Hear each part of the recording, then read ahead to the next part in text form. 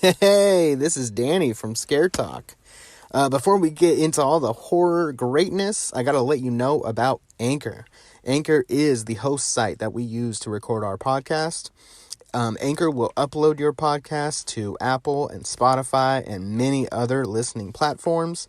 Anchor is completely free, and you can download the app or go to the website, anchor.fm, and you can record straight on there. There's also some cool editing tools that you can use.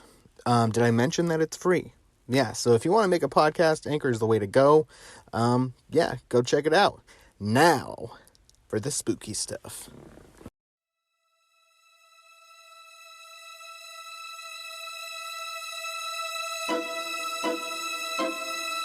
Welcome to Scare Talk, a horror movie podcast for horror fans.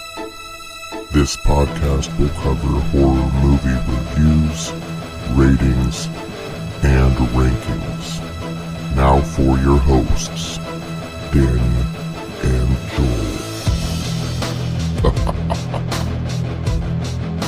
Joel. Okay, this is Scare Talk.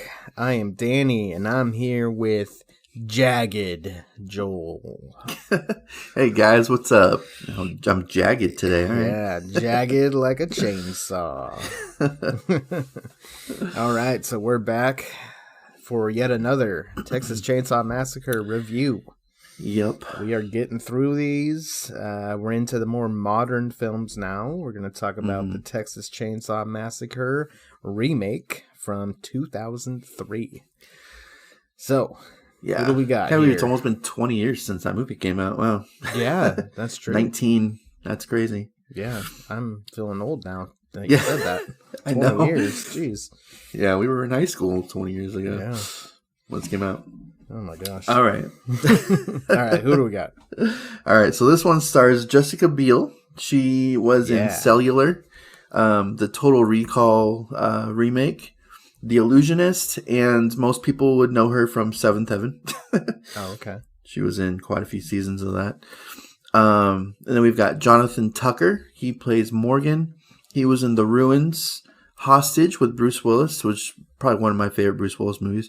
And Pulse, which I believe is the remake of the Japanese original Pulse. And then we've got R. Lee Ermey.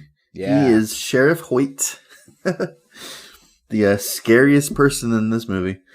And he's the scariest person in a lot of movies that he's in. He was in Full Metal Jacket. He was in the most memorable parts of Full Metal Jacket, the first 15 minutes of that movie. He was in The Frighteners, and he was in The Watch with Ben Stiller. Which I like that movie. The movie was pretty funny. Nice. I think he is, I'm just remembering, he's in Saving Silverman. I believe he is the football coach. Oh, okay. Yeah, he's the football coach who ends up going to prison, and they break him out of prison. And oh yeah, I think I remember that. It's been years since I've seen that movie, but yeah, he had quite the filmography. So I had, I may or may not be talking about him in another movie. So oh yeah, maybe we'll see. Maybe yeah. This was written by Scott Kozar. He wrote The Machinist, the Amityville Horror 2005 screenplay, and the screenplay for The Crazies. So he's a pretty, he's a pretty good one. This was directed by Marcus Nispel. He directed the Friday the 13th remake, Pathfinder, and Conan the Barbarian. All right. Not surprised about the Friday the 13th remake. It kind of has a similar feel to it. Yeah. All right. So after picking up a traumatized young hitchhiker, 5 friends find themselves stalked and hunted by a deformed chainsaw-wielding loon and his family of equally psychopathic killers. Yeah, loon. Wow. I could have come up with a better word. I know. I don't know about that. He's just a Looney there Tune. you go. Yeah. Just a chainsaw wielding Looney Tune. Yeah, exactly. All right. Well, that's okay. That's a description. Yeah. I mean, it's not wrong, but Right. it's just kind of weirdly worded. Yeah. So I love this movie. This is one of my favorite horror films of all time. I believe I might have mentioned it in our top 10. If it wasn't in my top 10, I believe it was an honorable mention. Honorable mention, yeah. Yeah, I think it was somewhere in your top 10. Yeah. I can remember watching this movie for the first time so clearly. I'm going to paint a picture for you. Oh, man, here we go. Story time. Buckle up, everyone. So, it's 2003, so I think I'm a junior, because it came out, I believe, on Halloween. If not, it was Halloween weekend. And I was a junior in high school, and I remember it being a cloudy day. I'm not making this up. I'm serious. And I remember, it was the end of the school day. Me and my friend Joey, who's been on the show numerous times, we're sitting at our cars at the end of school, and we're like, what are we gonna do? Because we would usually go see a movie on Friday night or Saturday or whatever. And then I remembered, the Texas Chainsaw movie comes out. Let's go see that. And it's Halloween. Great idea. So yeah. I loved DMX back in high school. I was a big fan. Back in high school, you well, I still love him, but yeah. my love was at its peak. Yeah, in high school. So was his music. So that's yeah, exactly. That makes sense. So I dressed up as DMX for Halloween. Nice. Blackface.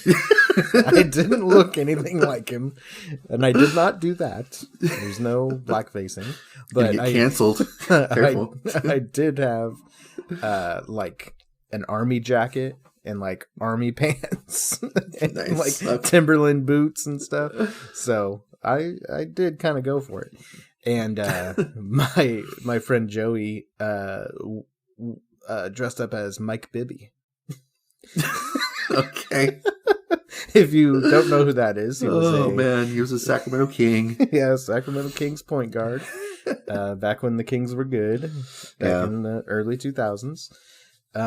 So he had a Mike Bibby jersey, and Bibby has a chain cross tattoo on his arm, and so I drew one on for him. That's the same. Oh yeah.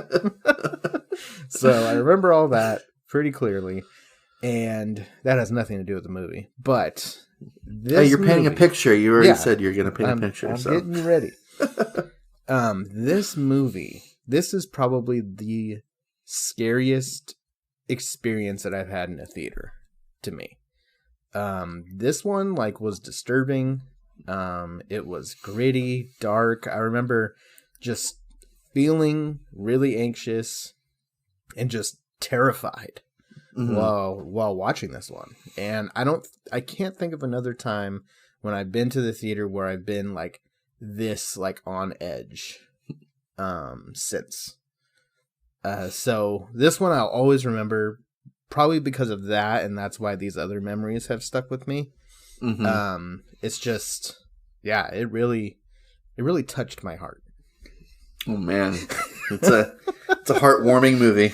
yes. About a man in his chainsaw. Yeah, this loon. This loon, yeah. Not just a man, he's a loon. But no, this one's scary, family. Man. It definitely is. Yeah. Yeah. It's definitely one of my favorite remakes. Yeah. For sure. And it's definitely up there, probably top 3 or so of remakes in general for me. And it was, I don't have a story or anything like that to I can't really paint a picture of. I don't even remember the first time I watched this movie, honestly. Really? Do you think you saw it in theaters or? I doubt I did. I don't think I did. No. I think we were like just barely 17 at that when that movie came out. So I don't know. Yeah, that's the thing. I'm trying to remember. I don't even think we were 17 yet. When it came out, but I was not 17 yet. I don't. But they let you through. But we used to, get tickets for like PG-13 movies and then just go into the rated R. Yeah. I don't know if they just let us buy tickets or not. I don't know. But I remember thinking like, of course, Texas Chainsaw's out. Let's go see it. It's Halloween. Like, not even thinking twice about it. Like, the possibility of not getting in. Yeah. Texas Chainsaw Massacre. Like, I'm sure it's fine. Yeah, like, come on. It's Halloween. Just let us in. Yeah. I doubt it's R, right? Oh, man. Yeah, so I may have... It may have been like a rental or something. For me, I don't remember if I saw this one in theaters or not. It definitely would have been an experience I probably wouldn't have forgotten because this movie does get intense. Yeah. I mean, you got Leatherface, of course, and but then you have the family, and I feel like the family, they do such a good job with the family in this one, making them creepy and not just kind of annoying and just weird like they are in the other movies. They're just kind of either annoying or weird or goofy or, they're supposed to be disturbing, but it's kind of hit or miss with the other films. Yeah. This one, they're just straight up creepy. Yeah, they really are. Yeah. And hearing that chainsaw in theaters, I'm sure was that was awesome. Was an experience as well. And I had never seen any of the other Texas Chainsaw Massacre films before this time. This was your first one? Yeah. I mean, I think it was for me too. Yeah. We're going to get so much hate being like, well, you guys didn't watch the originals, the original movie. Yeah. No, I'm sorry. We weren't even alive in 1974 when this came out. I do have to say that they do some things differently in this movie than they did in the original that I appreciate. I like the hitchhiker in this one so much more than the first movie. She's not annoying at all. And she's not part of the family. No, she's not part of the family. At all. She's I kind of wish that Texas Chainsaw beginning kind of like led into this movie. Yeah. It would have been like, instead of, I think it was like a couple years before or something like that. But yeah, so I like that definitely a lot more. There wasn't a Franklin in this movie, like as far as like the character itself. There wasn't like a brother or anything. I think they were just trying to go to a concert and Leonard Skinnerd. Yeah, they're trying to see Skinnerd. The character that I would say most resembled Franklin was probably the dude with the glasses. I don't know his name. I think that's the Jonathan Tucker. That's Morgan. Oh, is that Morgan? Okay. Yeah. He got kind of annoying after a while. Yeah, I didn't care for him. If I were to come up with a negative as far as characters go, then it would probably be him. Yeah. He was okay.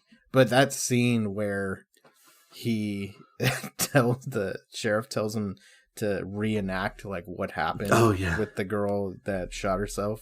Yeah. He like forces him to put the gun in his mouth and man, that is so intense. That whole scene was really intense. Oh my god. And then he just like turns the gun on him and shoots the gun and like his face just like completely turned from like smiling to just like you just shot the sheriff. Like there's no bullets. Like he just went from creepy smiling to just creepy. Man. The family super good. Why don't you talk about the sheriff a little bit, because I know that he's your favorite. I mean he kind of is actually. And see, that's the thing with these movies, that if they're gonna have like the family be the creepiest part of these movies, just give me a Sawyer family movie. Like, give me a family of just like a movie of just the family, or take the family out completely and just give me a Leatherface movie. Like, it's just it's always the family that's the creepiest part of these movies, right? And Leatherface is just there in the background, even though you go to these movies to see Leatherface. Yeah. He's always just kind of a useless character. It's weird. For the most part. It's really weird how, obviously we weren't alive and hadn't seen the other films before seeing this one. But it's interesting to me looking back now and having watched all those, that Leatherface got such a reputation. I mean, he was in all of them. Yeah. But especially in like Next Generation, he's is it Next Generation or New Generation? Whatever it is. I think it's Next Generation. Yeah. He's like super annoying and whiny and not scary at all. Yeah, he really is. It's and then in 3 it's named Leatherface, but again, he's not really the like biggest threat.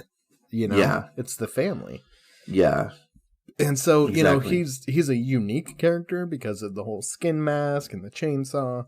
So I guess that's where he got the reputation. But I feel like he didn't become like this big force until the newer films, until the 2000s.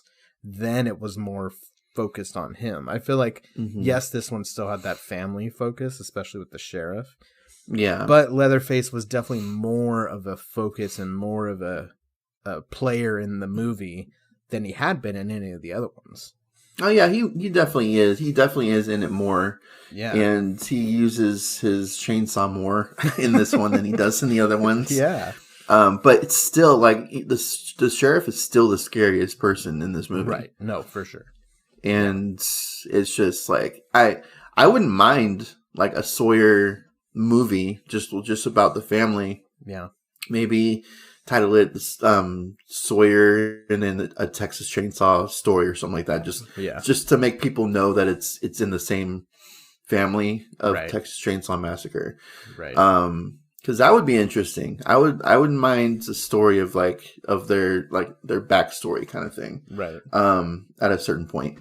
And because it's just like it's like I would have wanted him to be in it though. That's the only thing. Like he has always been the scariest person in all of these movies.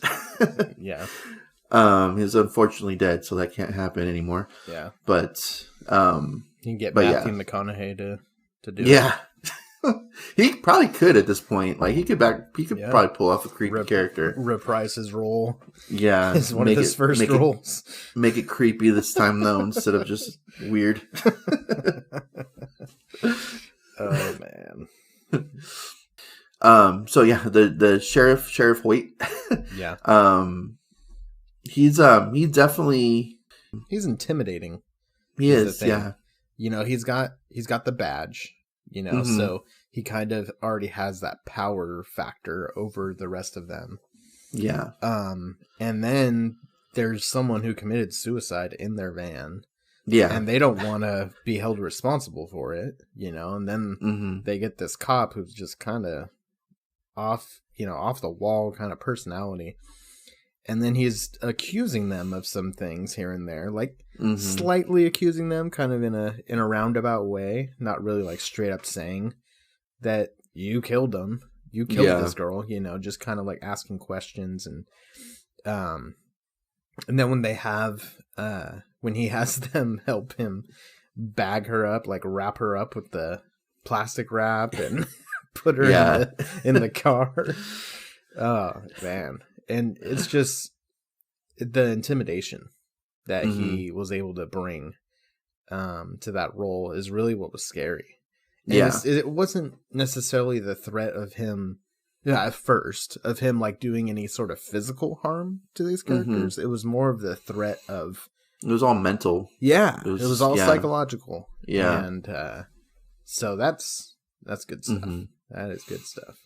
You go from I would have Leatherface, like sawing people up and hanging Yeah. people on hooks in one scene, Mhm. and then to the next scene at the van with the sheriff and his mental games. Yeah.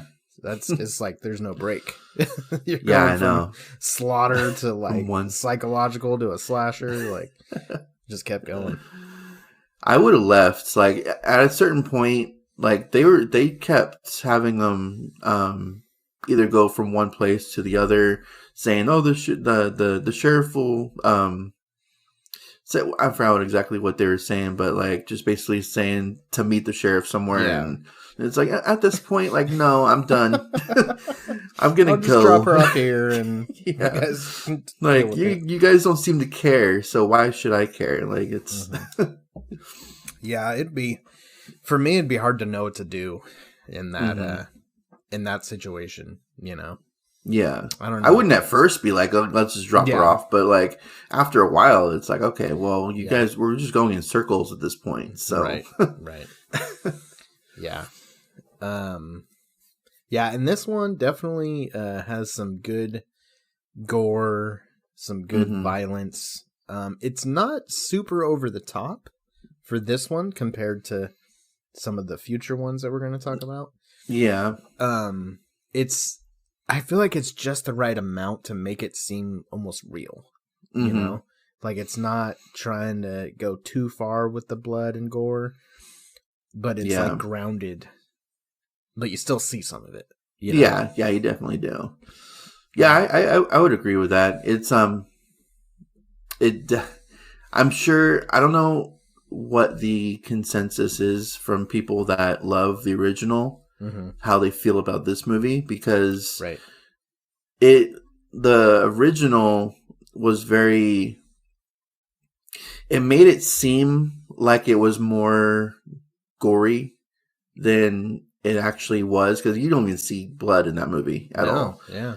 And it's just like there's just something about either the way it's filmed or the way it's just being portrayed that it makes it feel like it's a lot more violent than it really was. Yeah. So I wonder what people because there are people that have that movie as like their favorite horror movie of all time. Right. I don't understand that, but but I wonder how those people perceive this movie, because this is definitely more in your face than the original one was. And just, it definitely doesn't shy away from the blood. But at the same time, like you were saying, there are definitely movies in the franchise that do get to be more bloodier and gorier. Yeah. So it's just kind of weird, like having this almost the same exact story, but kind of being completely different at the same time. Yeah.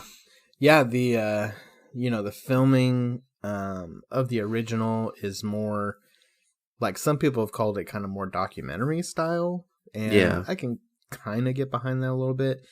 There's nothing fancy about it. It's very low budget looking. They're not, concerned about the production value necessarily with that movie. This one is darker. It's more produced. Yeah. There's definitely a higher production value to this. But they don't use it to make things look nice. Nice and shiny and bright. They make it look grimy. Yeah. And dark, and just kind of more grays, and, like just this feeling of ickiness that you kind of get with like maybe some Rob Zombie films. But so that's where they went for it, where the original kind of went for more of a real feel. This one went for, we're going to make it look real, but you're going to feel uncomfortable and you're going to feel kind of gross while you're watching. That's definitely what I got out of it. And I prefer this over the original. I definitely do too. Yeah. And I think it just depends on when you grow up. Like, this is the Texas Chainsaw film I grew up with. And the ones following this as well. Not the original 4 or whatever. Yeah, the original 4. Yeah, 4. Yeah.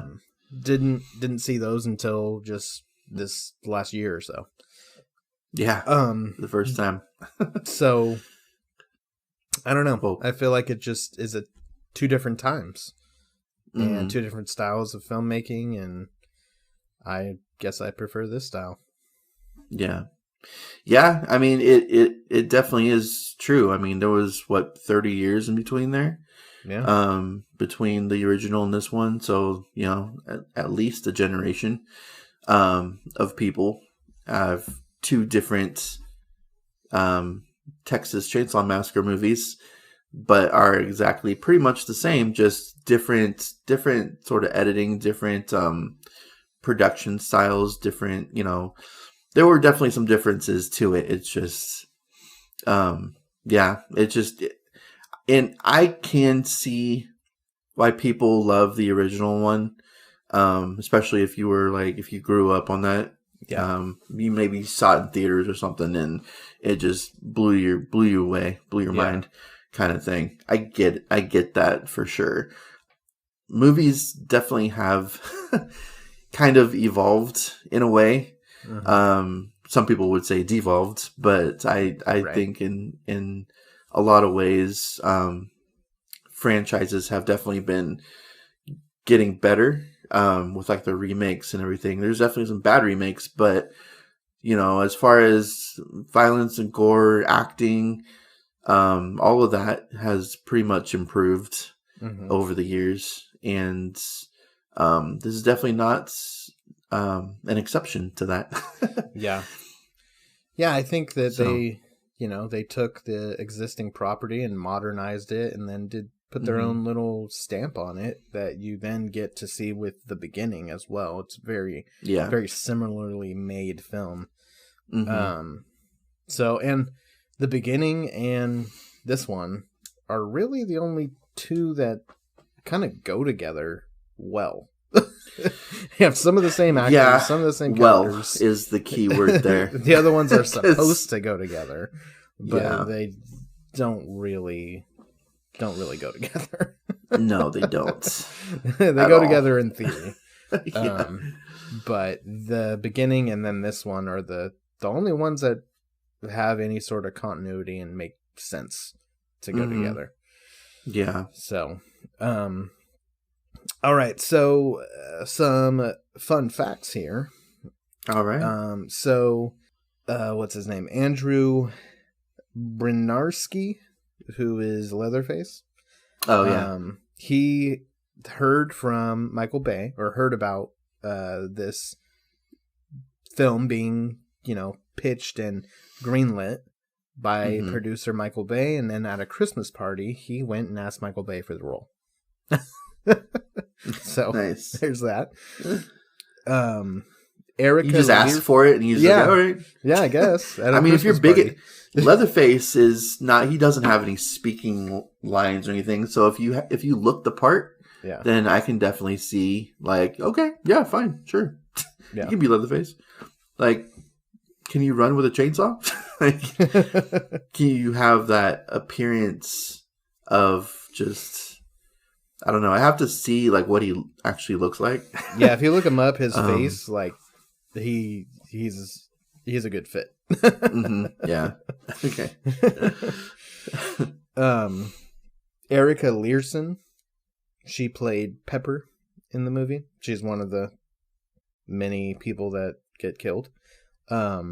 She screamed so loudly during her screen test that people in other parts of the building called the police to report that a woman was being attacked. Wow. So that's pretty funny. Damn. So I guess she can scream pretty loud. Yeah. I don't know if we got that in this movie, but yeah. Yeah, I don't remember. Got that loud scream.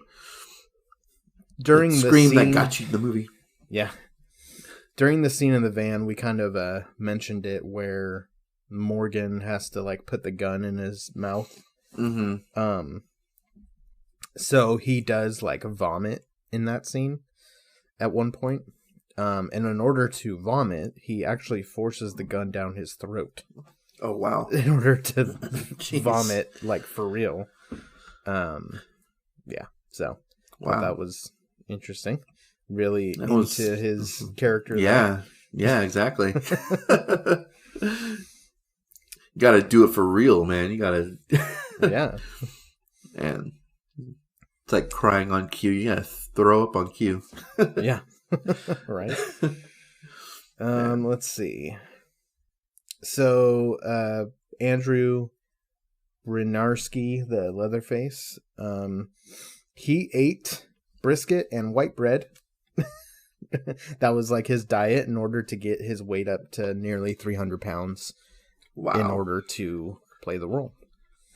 That kind of stuff is crazy to me, to like lose. Like, I could see kind of losing weight to, do a role, as long as you're not losing like a ton of weight, like Christian Bale. Yeah. Like that. But gaining weight to play a role, like, I mean, that's just never a healthy thing to do. Yeah, I know. And it's harder to like lose all that weight after the role. So yeah, it's weird when actors have to do that for the character. It's crazy. And it's not healthy to fluctuate so much with your weight either, to gain really quick or lose really quick. So it's crazy stuff. Okay, one more last thing. Eric Balfour, he was oh gosh, he plays like one of the main guys who gets his face like cut off. he's the boyfriend of Jessica Biel. Yeah, he gets his face cut off, and Leatherface wears his face at one point, which looked really weird. That part looked really weird when he. Well, I mean, it's never gonna look good. I know it looked too. I don't know. It looked a little too odd. I don't know. Like the other times when he wears the faces, like they don't look like exactly like the person. This time it looked like exactly like him when he was wearing it. So I don't know. It was a little weird. But it was creepy. So it was, yeah. Anyways, on the final day of shooting, he stripped down, threw his wardrobe back to the crew, and walked off the set only wearing a baseball cap. Okay. I don't know if that means like I'm done with this movie, like it was a like horrible time and never want to do this again, or he's just kind of a weird guy. I'm not sure. Okay. Yeah. I mean, it was Texas, probably in the summer, so it was probably hot. Probably pretty hot, yeah. It's like, I'm done shooting. Oh, sweet. And take off all my clothes except for my hat. Oh man. So there you go. That's all right. I mean, that's someone that's comfortable with his body, I guess. Just not even care. It's like a whole crew of people. Yeah. Just let it all out. Yeah, exactly. Oh man. All right, so I talked about Morgan kind of being an annoying character.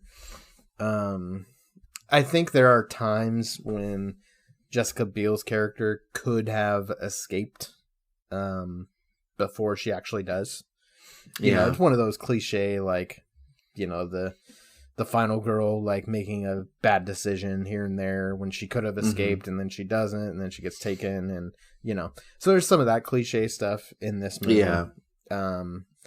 But those are really the only negatives, I guess I would say, that I would have with this one. What about you? Mm-hmm.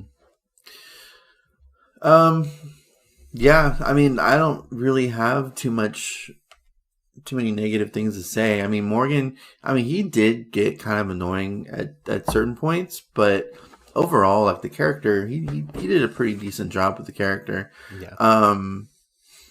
And really, as far as the main characters go, Morgan and was her name Annie? Jessica Biel's character? I don't remember exactly, but they're really the only two characters that really did anything. Yeah.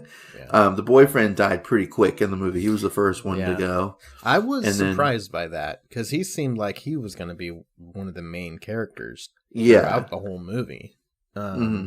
Being that he was the boyfriend, and I thought he was doing a pretty good job acting. They had the whole storyline with, he had weed and the piñata, and and they had a relationship. So I thought he was going to be the one to kind of last, and not this other random dude who has really no connection to, maybe they're friends or something, but no connection other than that to Jessica Biel's character. So I thought that was kind of a weird choice. Maybe that's how the original went. I don't remember, but I don't really. I thought that was kind of a odd choice to have them be the last ones. Yeah, I think the boyfriend did die first in the original one. Yeah, if I'm remembering that. Yeah, So and the other girl was just she.